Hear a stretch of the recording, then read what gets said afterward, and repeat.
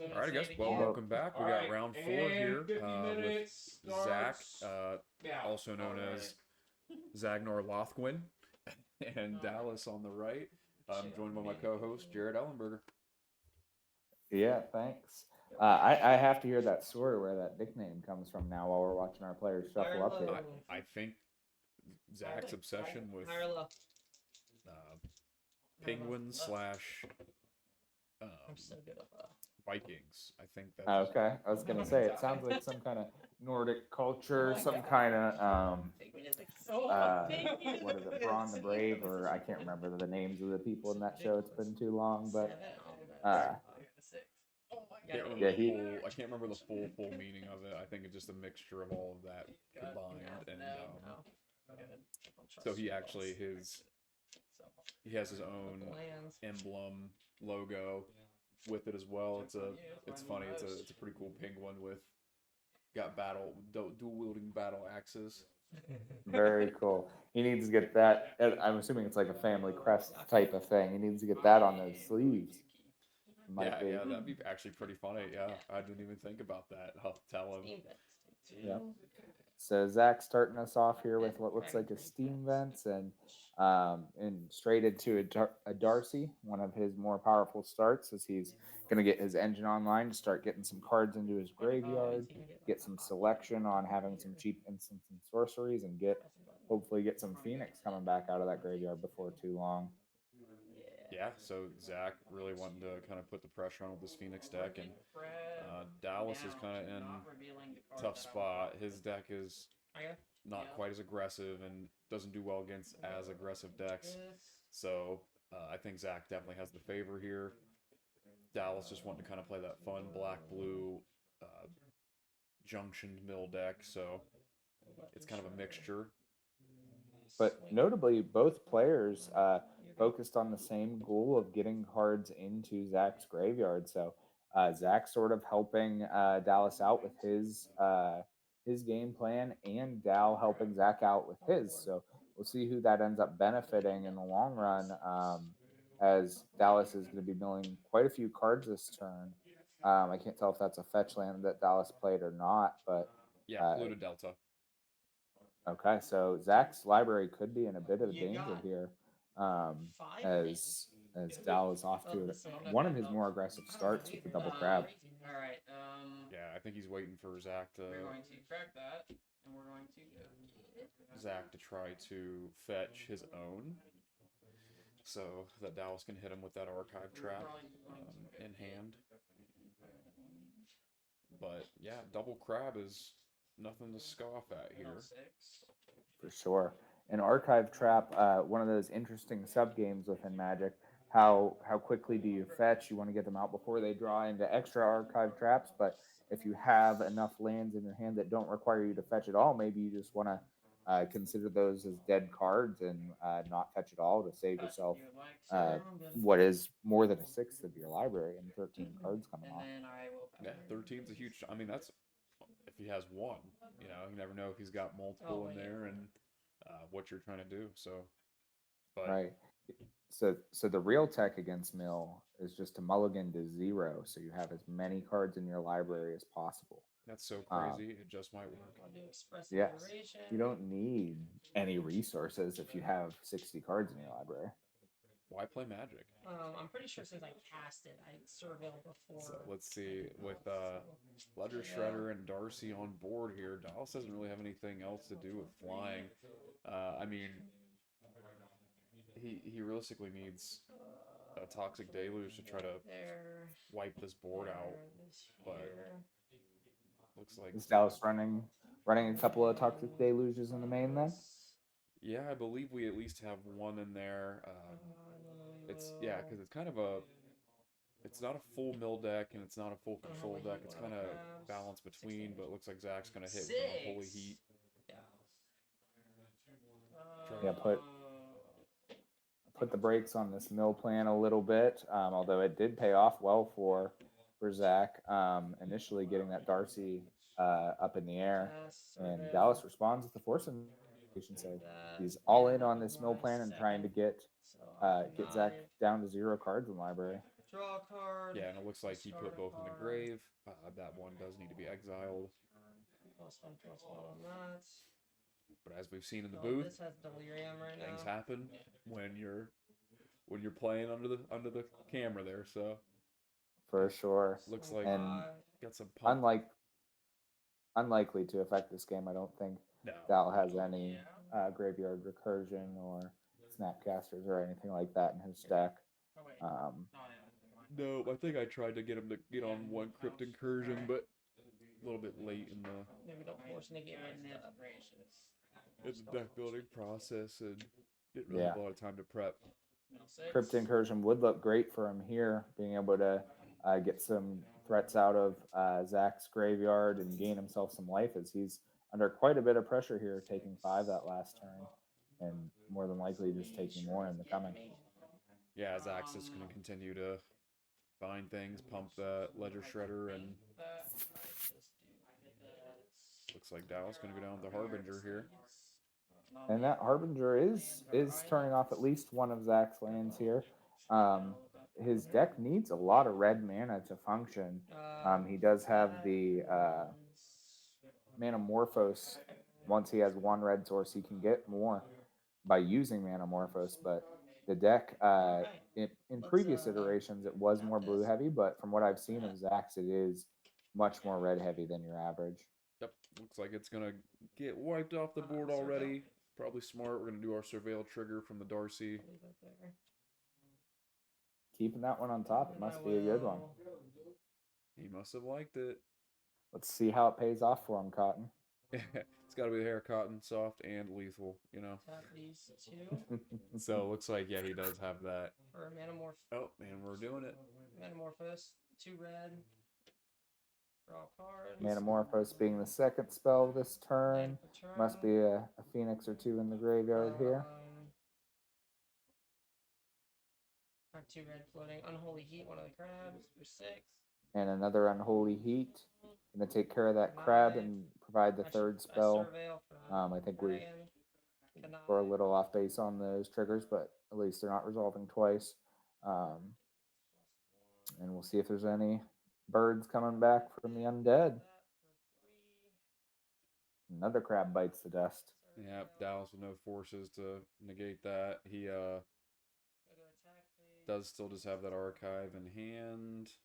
I can't tell what else is left there, but nope. And we're facing down a hefty flying board, so. Yeah, this likely to spell Dallas's demise, as he's going to be taking 9-12 this turn, leaving him with 1 life left.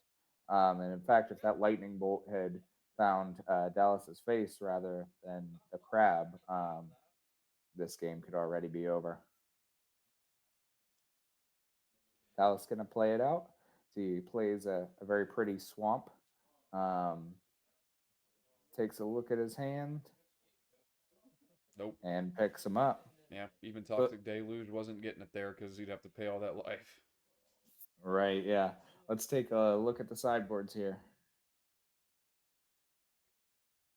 We actually are jumping right into game 2, as this video was recorded with 2 separate videos rather than having the sideboarding on film. So Dallas's sideboard, we've got a couple of Sowers of Temptation. You love to see that. Some Thought Seizes, a Toxic Deluge. Not too much jumping out for this particular matchup. Thought Seize might be able to pick off a key, card advantage piece. Maybe make Zack fumble on one of his turns of trying to chain together spells, but nothing massive jumping out at me here. Anything appear for you? I think it's really just, for me, I'd probably just personally bring in the Toxic Deluge and call it and try to go for it. So let's kind of check out Zack's here real quick. And Zack's got a sideboard kind of all over here. I don't really know if he's trying to do anything additional, in honesty. Yeah, we didn't see any graveyard hate from Dallas in that first game. So boarding in the couple of recursive elements like the Demi Lich and the Underworld Breach might be really taking advantage of Dallas's game plan here if that's what Zach chooses to do. But it also could be opening himself up to making himself too graveyard centric if Dallas has graveyard hate in his deck. He does. Uh, So he does. He runs main board extirpates and surgicals to try to wipe out a lot of the deck, and then I think he plays one haunting echoes to try to get through a lot of somebody's graveyard and deck. So, but let's go ahead and Haunting Echoes, I believe, being the mass surgical extraction effect that basically tears apart your opponent's whole deck if they're playing a lot of four ofs, taking all the additional copies of every card that's in their graveyard out of their deck and leaving them with almost nothing left over. correct. Yep. Ooh. Sketchy hand? Hefty price, but when it works, it You get works. sketchy hand from sketchy hand? That's definitely a devastating feeling when he gets to fire it off against you and you look down at your library that now is essentially a couple of basic lands for most people. Yeah. And Those are the only one ofs that exist in a lot of decks. How many lands do you have in there? You should have quite a bit. It looks like Zach on the left has kept his 7. Dallas is going to be going back and hoping 6 treats him a little bit better. yeah, I think Dallas is really wanting to get super aggressive here. Presents for cut. Zach says he's good. Oh my gosh. I don't know if that force negation and counter spell is really what he's needing. Oh, we're gonna go down to 5. Going back again. Okay. Yeah. Interesting here as well that Zach is the one facing off against the mill deck. For those of you that know Zach, you know that he classically is a mill player.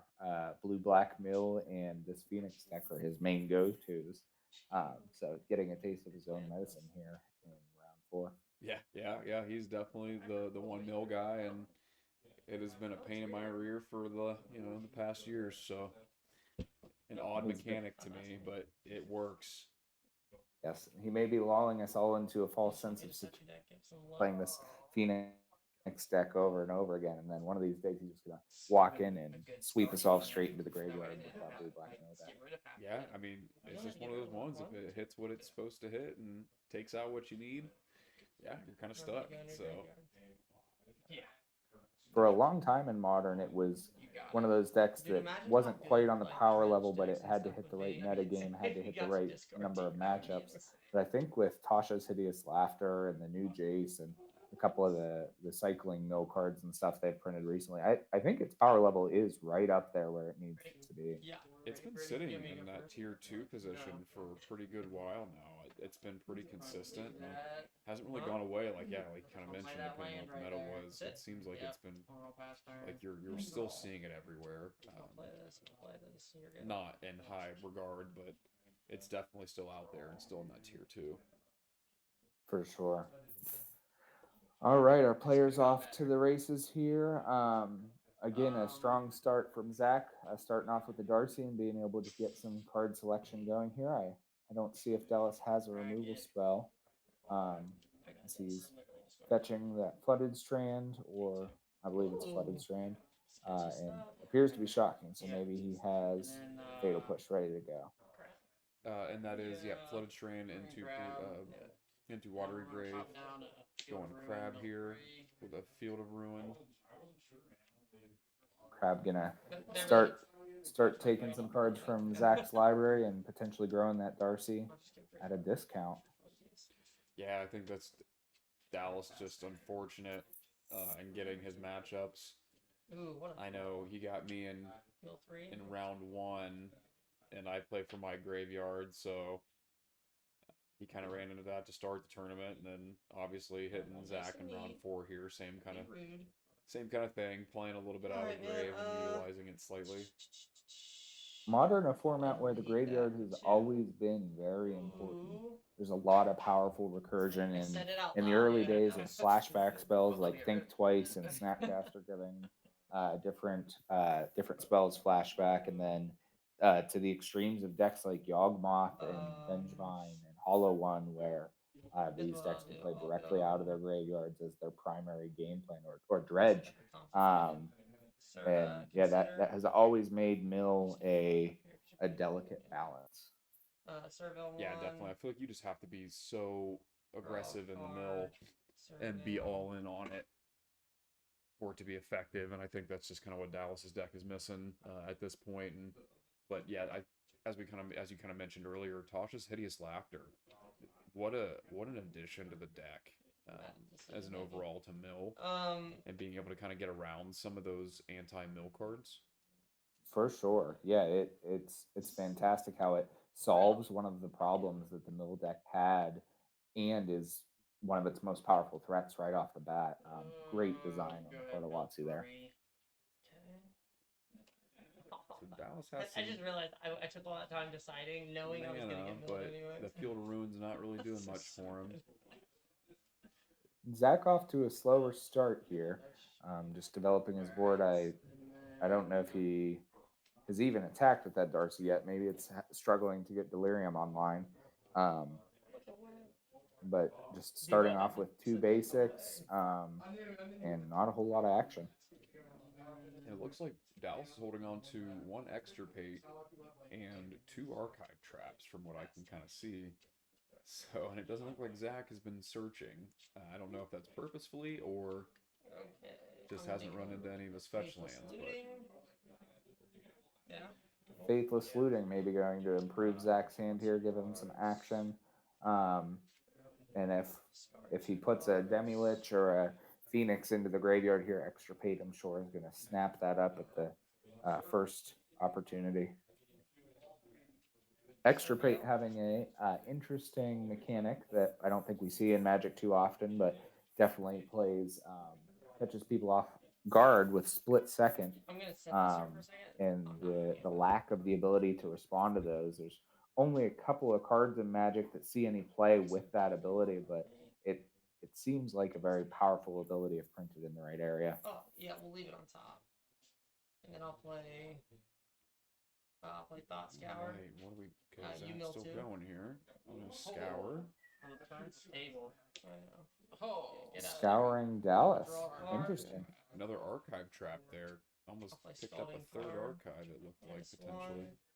1. And there is that Scalding Tarn. We'll see if that Archive Trap or 2 in Dallas's hand are going to be fired off here at the end of turn.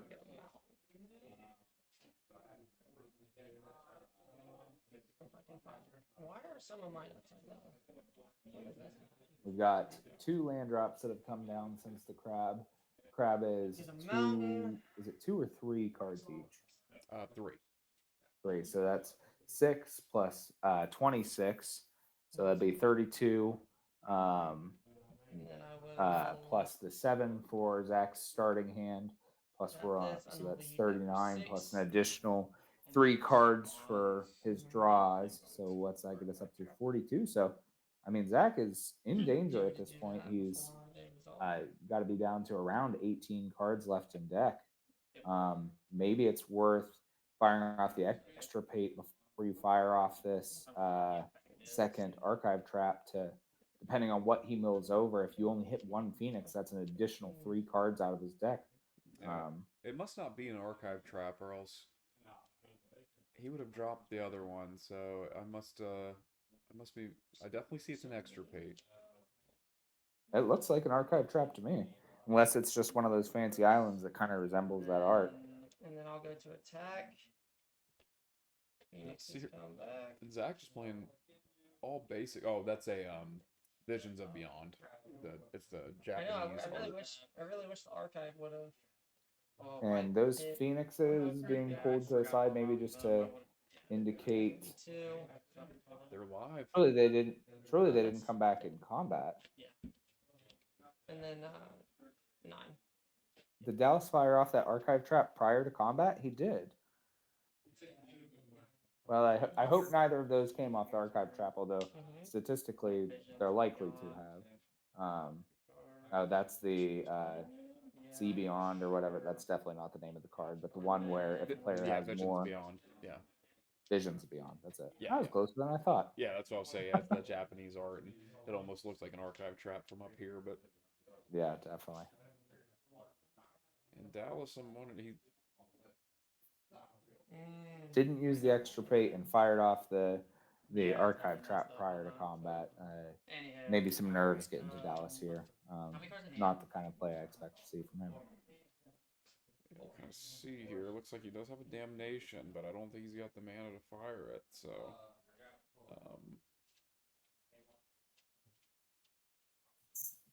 looks like he's facing down lethal.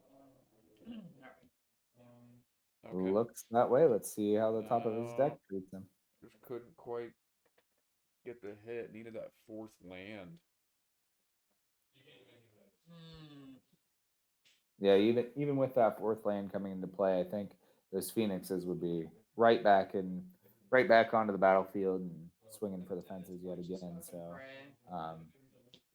see what he's getting up to. Is a Mind Funeral? Yeah, going for it.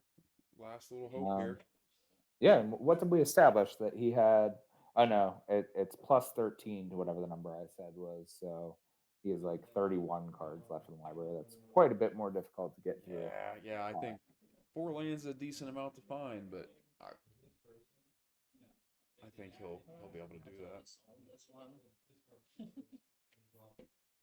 Yeah, I don't remember quite how many lands these Izzet Pheonix decks play. They have a lot of velocity, which indicates that they would be a lower on land count. But we'll see how many he flips over here. Mind Funeral. What's that do? I don't know until you hit 4 lands. I do like that Dallas is swinging for the fences here. Just hoping that he can get rid of the entire library and kill Zack on the upkeep. Yeah, looks like Zack brought in that Underworld Breach. That's all I got, unfortunate. Was that 4 already? Wow. Yeah, pretty quick. And there it was. I had extra bait. Alright, guys. Well, we'll see you for round 5. Made your decision. So I was like,